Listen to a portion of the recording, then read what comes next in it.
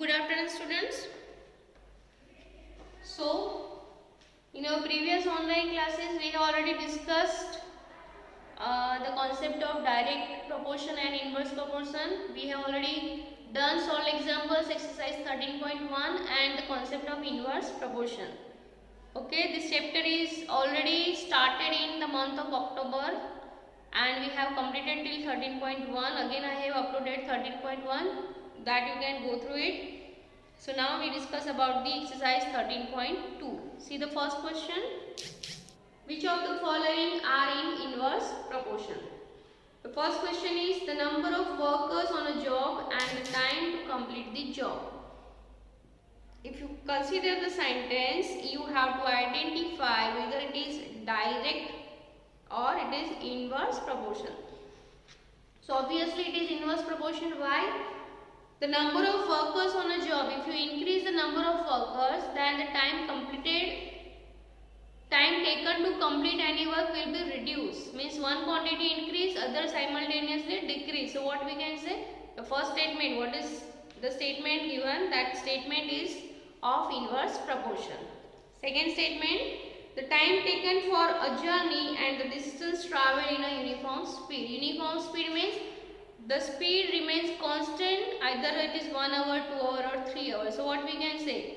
Time increase, the distance covered will also increase. Okay, so this is not inverse proportion but it is direct proportion. Area of cultivated land and the crop harvested. If you increase the area, obviously the crop will also increase. So this is direct proportion, that one quantity increase, other also increase. Fourth one, the time taken for a fixed journey and the speed of the vehicle. Okay, if you increase the speed, you can just complete that journey within a few hours, and if you decrease the speed, you will take more time. So one quantity increase, other decrease. So what we can say, this is inverse proportion. The population of a country and the area of land per person. So the population increase, the area per person will decrease. Okay, suppose you have 10 members, 10 room allotted in your place, so 10 will separately stay. But if the member increase, in place of 10 now you have 20 people in your family, then one should accumulate, one has to share the room with the other person. So in one room now 2 people should be there, so area will be reduced. So population increase, area reduce. So one quantity increase, other decrease. So what we can say, this is inverse proportion. Okay, so your first statement, fourth statement and fifth statement are of inverse proportion. Now move on to the second question. The question is, in a television game show, the prize money of rupees 1 lakh is to be divided equally amongst the winners. Complete the following table and find whether the prize money given to an individual winner is directly or inversely proportional to the number of winners. Obviously, if the number of winners increase, the prize money remain as it is. Okay, prize money will not reduce. That is as it is. If 2 members are the winner, that the same prize money will be divided into 2 members. Okay, so obviously the number of winner increase, the prize money will decrease. So obviously this is the inverse proportion. So now see the examples. Table I have written number of winners. If number of winners we can represent as X, prize money we can represent as Y. So number of winner 1, so prize money is 1 lakh. Suppose number of winner 2, so prize money is 50,000. Compare, the prize money will reduce as the number of winners increase. So here only you can judge this is inverse proportion. Now number of winners 4, then what is the prize money, that we have to find. For 5, what is the prize money? For 8, 10, 20, we have to find the prize money. So this we can represent as x1, y1, x2, y2, x3, y3, x4, y4 and etc. So now we know that it is direct inverse proportion, so we know the formula. Multiplication of x and y should be constant. 1 into lakh, you are getting 1 lakh. 2 into 50,000, you are getting again 1 lakh. So multiplication remain constant. So which formula we can apply? x1 y1 is equal to x2 y2 and so on till x7 y7. Now we compare known value with the unknown value. We know x1, y1 and x2, y2. So we can either compare with x1, y1 or x2, y2 to find y3, y4, y5 and y6, y7. First I have solved. Suppose you take x1, y1 is equal to x3, y3. We know the value of x1 and y1 and what is the value of x3. So 1 into 1 lakh is equal to 4 into y3. Here we want to find what is the y3. So y3 is equal to what? 1 lakh divided by 4. Do the cancellation. We know that 25 4 is 100. So what is left? 25,000. So if the number of winners are 4, then the prize money will be distributed amongst 4. So each one will get 25,000. Next we can compare. Suppose now we are taking x2, y2 is equal to x4, y4. So x2 is 2 into 50,000. Now x4 is equal to what? 5 into y4. We want to find the y4. So therefore y4 is equal to what? 2 into 50,000 divided by 5. We know that 5 ones are 5. 10,000 into 20. So what is the answer? 20,000. So suppose your prize money will be distributed among 5 winners. So each one will get 20,000. Next we have, again we compare this with, suppose x1, y1 is equal to x5, y5. x1, y1 that is 1 into 1 lakh. x5 is 8 into y5. So therefore y5 is equal to what? 1 lakh divided by 8. We know that 25 is 1000. Or directly if you don't know, then we can say 4 to the 8, 5 to the 10. Then if you consider 50, let's do the division.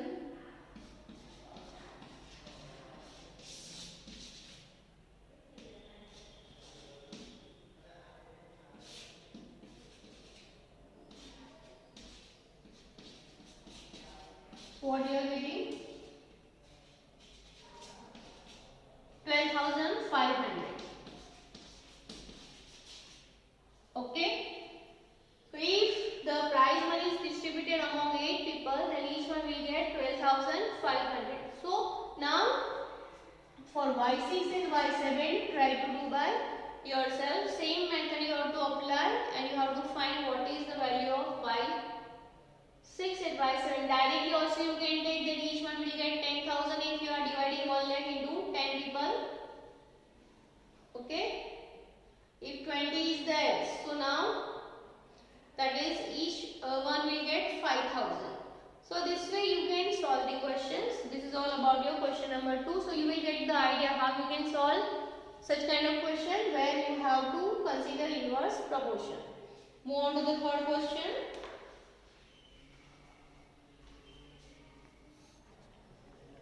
Now see the third question. Rahman is making a wheel using spokes. He wants to fix equal spokes in such a way that the angles between any pair of consecutive spokes are equal. Help him by completing the following table. So, consider the first number of spokes that we can represent as x and angle between a pair of consecutive spokes that we can represent as y. If 4 spokes are there, so angles between 2 consecutive spokes that is 90 degree. 6 spokes, the angle between 2 consecutive spokes that is 60 degree. Now for 8 we want to find what is y3, for 10 what is y4, for 12 what is y5. So here if you consider number of spokes increase, angle will decrease. So it is inverse proportion. Why? Because one quantity increase, other decrease. So what we can say, x1 y1 is equal to x2 y2. Why? Do the multiplication. 4 into 90, 360, 6 into 60, 360. We are getting constant multiplication. So what we can write, x1 y1 is equal to x2 y2 is equal to x3 y3 is equal to x4 y4 is equal to x5 y5. So with any two, if you take x1 y1, that we can compare with x3 y3, or if you take x2 y2, that also we can compare with x3 y4 and we can find the value. So let's see. First, x1 y3. What is x1? 4 into 90, which is equal to x3 is 8 and y3 we want to find. So therefore y3 is equal to what? 4 into 90 divided by 8. We know that 4 2s are 8 and 2 45s are 90. So what is the answer? 45 degree. So if you have 8 spokes in the wheel, the consecutive pair has the angle between a pair of consecutive spokes, that is 45 degree. Now if you take suppose x2 y2 is equal to x4 y4. 6 into 60, x4 is 10 into y4. So therefore y4 is equal to what?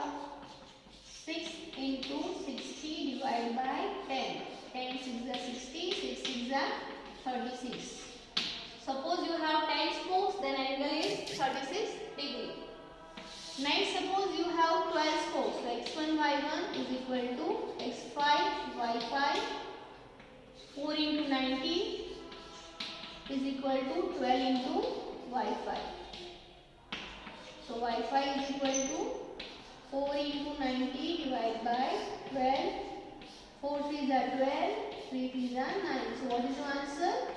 30 degree. Okay. So number of spokes 8, so angle is 45 degree. Number of spokes 10, so angle is 36 degree. And number of spokes 12, so the angle is 30 degree between two pair of consecutive spokes. So this way we can solve question number 3. Any query you can ask me or you can WhatsApp me.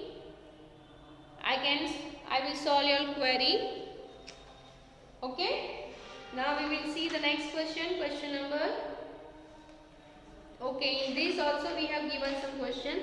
Are the number of spokes and the angles formed between the pairs of consecutive spokes in inverse proportion? Yes, because the number of spokes increase and the angle between two pair of consecutive spokes will decrease. So directly we can say that it is inverse proportion. Calculate the angle between a pair of consecutive spokes on a wheel with 15 spokes. Okay, till 12 spokes we have find it out. Suppose you have 15 spokes, then what is your answer? Let's find out. So that we can consider 15. For 15 we can write y6. So x1 y1 is equal to x6 y6. So 4 into 90, which is equal to 50 into y6. So therefore y6 is equal to what? 4 into 90 divided by 15. We know that 15, 6 are 90 and 6 4s are 24 degree. So what we can say, suppose you have 15 spokes in a wheel, then the angle between two consecutive pair is equal to 24 degrees. So that is the answer of question 2. How many spokes would be needed if the angle between a pair of consecutive spokes is 40 degrees? So here now the value of y is given and we want to find the value of x. So how will you solve this? Let's see. I have this one. Now what is given? Suppose you have 40, then what is this? x7. Now the value of this given. So what we can write here? x7, y7. x7 we want to find, y7 is given, that is 40 degree. So therefore x7 is equal to what? 4 into 90 divided by 40. 4 10s are 40, 10 9s are 90. So what is the answer? 9. Suppose if you want to make 40 degree angle between pair of two consecutive spokes, then you have to use how many spokes? 9 spokes you can use. So this is the answer of third part of the questions. Okay. So next we will see question number 4.